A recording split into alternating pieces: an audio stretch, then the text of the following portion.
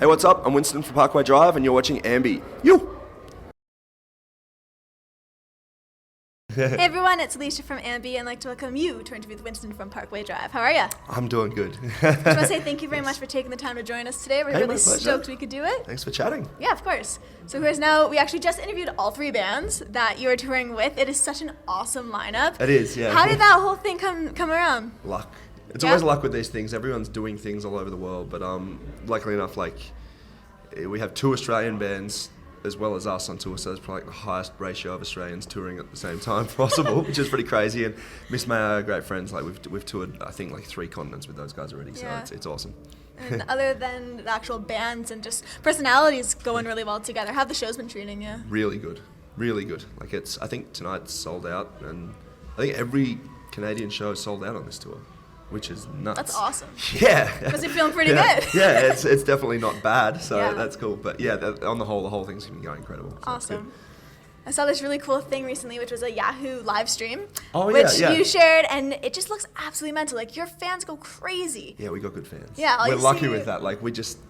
We play and we like doing what we do, but it seems like it's one of those things where the energy goes backwards and forth until it kind of gets a little bit out of control. Yeah.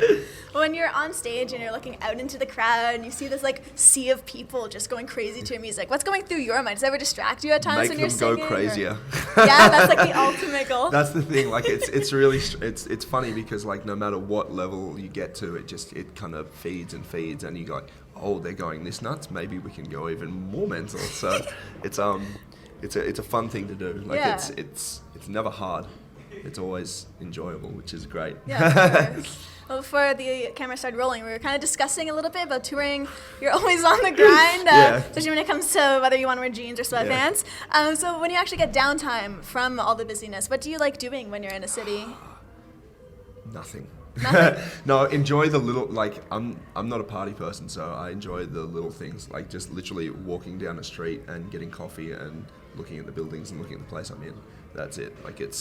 It's not, I've been doing this for 12 years now, so the idea of destroying my body night after night and struggling to play the shows is it's not fun anymore. I just like the idea of, enjoying what life has to offer in that regard. And of course, the reason you're on tour is Ire, your newest record release, which we must discuss. I know you recently asked your fans what their favorite songs are off of the album. I know it's picking children, so I won't ask you that question, but when you're playing live, which songs are you enjoying playing the most as of right now? We've only played five new songs live, and they've all been going absolutely incredible. And that's really crazy for us. We have a really strong back catalogue in the sense of songs that people have really held onto. Yeah. So it's we're playing songs from 10 years ago that we literally have just been playing every single show for 10 years. So to be able to all of a sudden have a new record and have that many songs all of a sudden just fit straight into that set is really crazy. And there's a whole bunch more we still want to play. So the best ones live. Depends what mood I'm in. I'm loving playing all of them, to be honest. They all have, the really great thing about the record is every song has a different vibe, so it's amazing to be able to feel that different vibe when you actually play it and know that you've either got a fast one coming up or a slow one or one where you can fully vibe out halfway through it or anything like that. So to be honest, all of them I'm liking. It's a pretty cliche thing to say, but I'd be lying if I didn't. You put your effort into all of them, so I can completely understand why. Yeah, that's it. It's nice. Yeah. One thing I want to mention to you is I know how over the summertime you were covering Rage Against the Machine during your live shows. Yeah. It's such an epic spin on Bulls. It was really cool to see that. Thank you. And I know with artists as well, their influences are usually always ever-changing just because of all the different things that you're exposed to. Yep. So for this record, what were you kind of vibing off of and digging? Oh, man. For us as a whole, it's really, really varied. Generally nothing heavy at all, to be honest, especially for me. Simply because you hear it every single day. Yeah. So when it comes to any of that influence, Rage, we literally covered that song because they are a massive influence for us. And it was around the time we were writing stuff, and we're like, hey, we love Rage, let's just do a Rage cover while we're writing this record. Let's just do that at the same time. But that's, Jesus, I don't even know where to start, to be honest.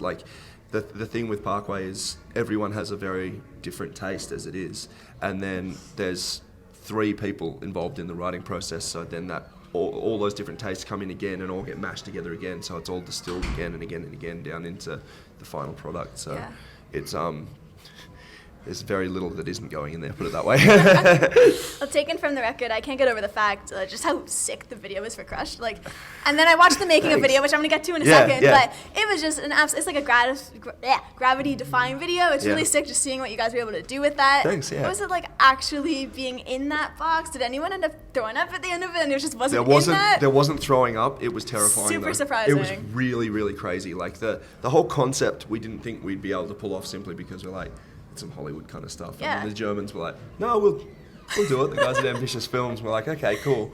And the thing with it was like you watch that it's all trick photography, obviously, because you have the camera fixed while the room is moving. And the guy like strapped into That's it. Yeah. So you watch the behind the scenes and you realize how it's all done.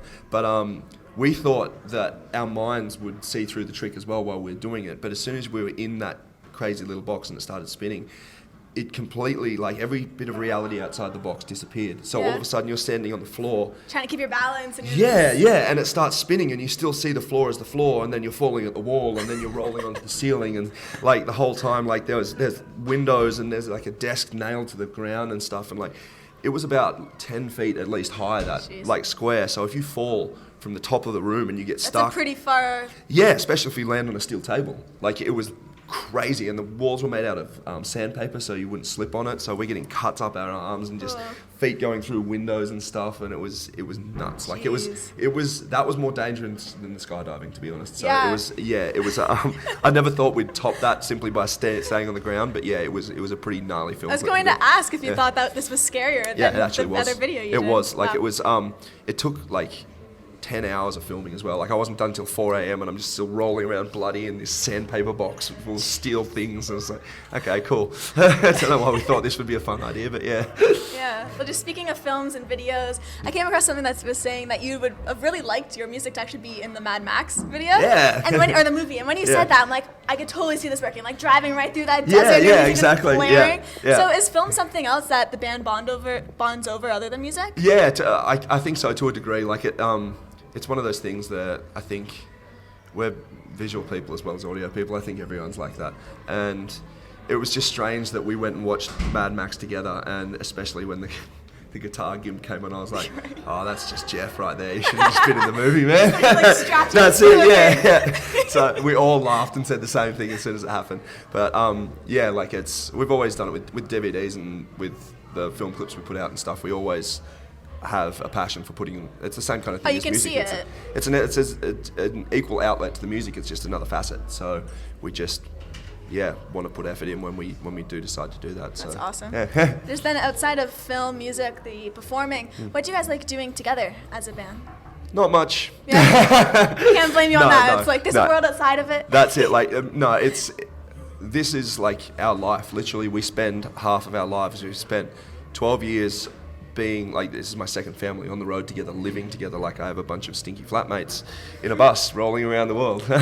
So when we go home, it's literally like, see ya. Yeah. I'll bump into you in the surf, or we'll play video games one day. But other than that, like you have a little bit of break. I'm kind of sick of your face. That's it. It's like my holiday is not going on holiday; it's going home. So but it's not a bad thing. Like I love the guys, and we all love hanging out together. It's just, I guess what we do together is literally live. Yeah, that's very true. And everything that entails. Yeah. Well, just to wrap everything up today, because I know that you have a show soon to play. So for all your fans who are going to be viewing our interview, is there anything you'd like to say to all of them? Thanks again.